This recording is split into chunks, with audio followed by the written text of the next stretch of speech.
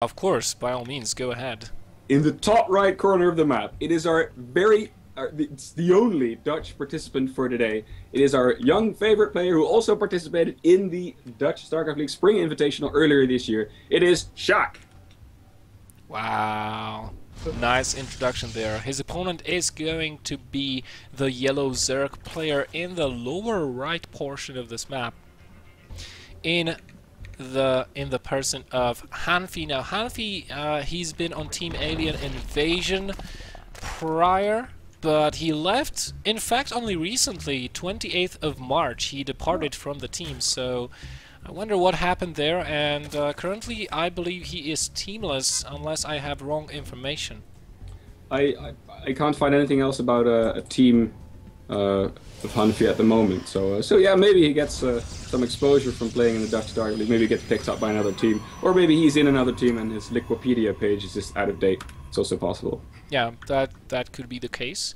A lucky Overlord scout here for HaNfy, as he will be able to scout out his opponent with the first Overlord. This is one of the traits of this map in ZVP matchup. If you take a look at the ramp leading towards the main base, you can actually block that really easy by making a wall off at the top, which Sjaak is going to do with a pylon and a cybernetic score later on. And then all you need is one sentry to block that off. One force field is enough. And due to the distance, if you don't scout the Protoss with the first Overlord, you will probably not have another opportunity to scout him out unless you can get a Changeling or an Overseer in or something like that, which requires layer technology. Ooh. So the Protoss basically can be doing whatever the hell he wants without the Zerg knowing about it. Let's take a look at HaNfy. 3 hatch before pool. Exactly, just saw the third hatch coming up.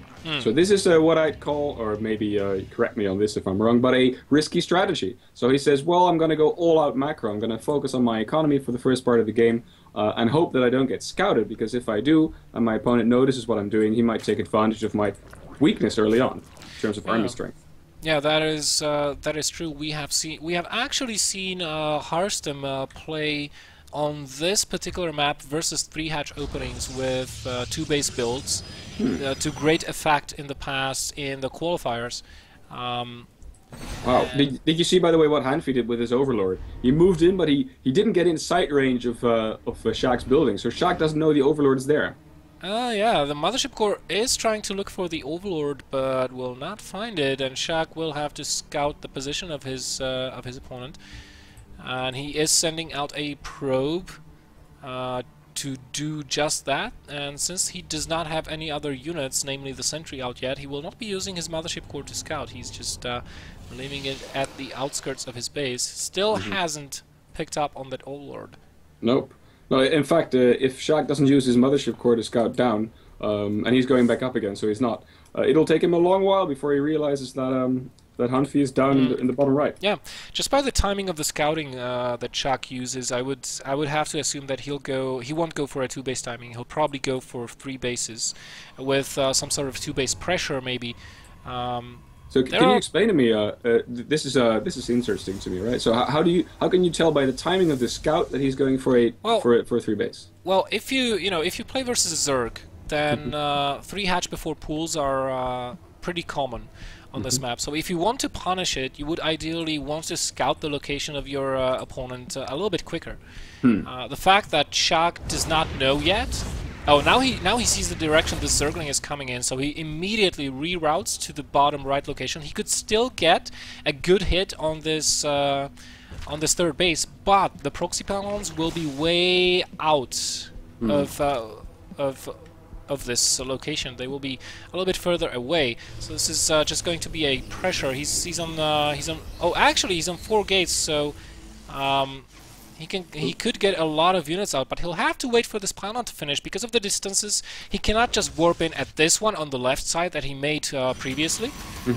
And then just wait and look at the units from HaNfy. A lot of Zerglings here. Those sentries need to be careful. Yeah, they get surrounded. He may get surrounded, and you know, if HaNfy, I don't know, this is such a difficult spot for HaNfy. He could have tried to engage, but he wasn't sure if a Warpin is coming or not. Against 3 Zealots and this many sentries, yeah, this is quickly turning into the favor of Sjaak at this point. HaNfy will have a tough time defending this. Right, but he's got a lot of Zerglings on the way as well. Zergling's speed, though, is not finished by a long shot, so he'll have to defend himself with a slow Zerglings or slowlings. Yeah, and Sjaak is actually committing a good amount of units to this attack, but not overcommitting to this. He's getting a fort behind this. He's not even warping in off of all the gateways, just warping in 3 Zealots at a time, as opposed to 4. He does go in right now. Decent force fields, but yeah, it's not gonna matter because with these Zealot numbers, wow, there's just too many Zealots here. And the Queens can't get out because of the force fields. Get destroyed. Yeah, and Zealots make excellent tanks versus the early game defenses, which are slowlings and spine crawlers. Oh, another great gets the Queen. And yeah, this may be a quick game here, so... Yeah, but there's still 30 Zerglings in production, right? So if Sjaak pulls off the pressure and starts macroing again, he does that now. He keeps warping in units. So this pressure will not end anytime soon, and I think you're right. That HaNfy might be in terminal problems. Yeah, he might be. There are plenty more force fields remaining, so these drones are not getting anywhere. They will probably be all killed. The third will fall, and Sjaak is kind of... I wonder if he goes back. He does have 200 energy on the mothership core, so he can actually continue this attack infinitely as long as he's got that energy on the mothership core, and as long as that mothership core is alive, he can try to push up the ramp. He'll have a good position on the ramp with the Zealots as well. Making sort of a choke for the Lings, keeping the sentries in the back. And when things get too hot, he can always recall. He's got the third on the way as well, so plenty to fall back on. We've got some drones from HaNfy, who were looking to make their way to all the way to the other side of the map, but now they're returning. Maybe he's, I don't know, trying to do some desperate surround. Oh, here we go. Sentries moving in. Zerglings positioning. No, yeah, there's plenty of Zerglings here now. This could be the game changer, the Hydralisks.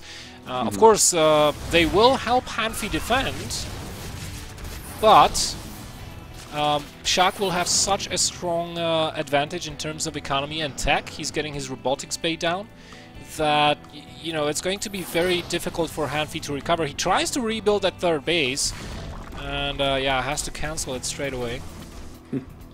Yeah, not a safe move. But those drones, man, they wish those overlords could do transporting, right? They have these ventral sites. Yeah, they unfortunately don't have that yet. Pick me up! Sorry, dude, I don't have the upgrade. I don't have the seatbelts installed yet. Sorry, drones, you can't come on board.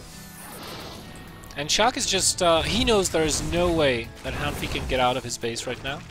So he just keeps on force fielding. Oh, there's the Nidus. That's the one thing that you want to build if you can't get out of your base. But that's quite an expensive way of getting out of your base. And Sjaak kind of thinks that, yeah, I stayed there long enough, I delayed him long enough, I had my third up, so now I need to defend my third, so let me just go back. 12 more Lings in production. Looks like HaNfy has given up on ever retaking the third base, and he's moving all of his army across the map. Yeah, it's going different positions, taking out those pylons because you don't want to get stabbed in the back while you're attacking. That's true. But there's a lot of pylons, and I don't think he's going to get them all. No, he's going to leave one at the south, and there's a Nidus worm coming in. And but there's nothing in the Nidus network. I think this is just either for retreat. Either for retreat or just to distract your opponent. I mean. Yeah, Sjaak is too smart for that. He just patiently waits. He knows the Nidus is not in his main and natural, so he's like, well, I don't care. I'll just keep my units at the third. I'm Protoss, I don't care. Yeah. So there's the full-time overcharge going down. This is not going to be too good of an engagement for HaNfy. Couple of force fields at the south flank. The Colossus, however, is exposed, but this is a mistake a lot of Zerg players make. They try to focus down the Colossus too eagerly, and then they lose all of their Hydras because they keep slamming their heads on the force fields. So, and there's the GG. 1-0 goes to Sjaak. 1-0.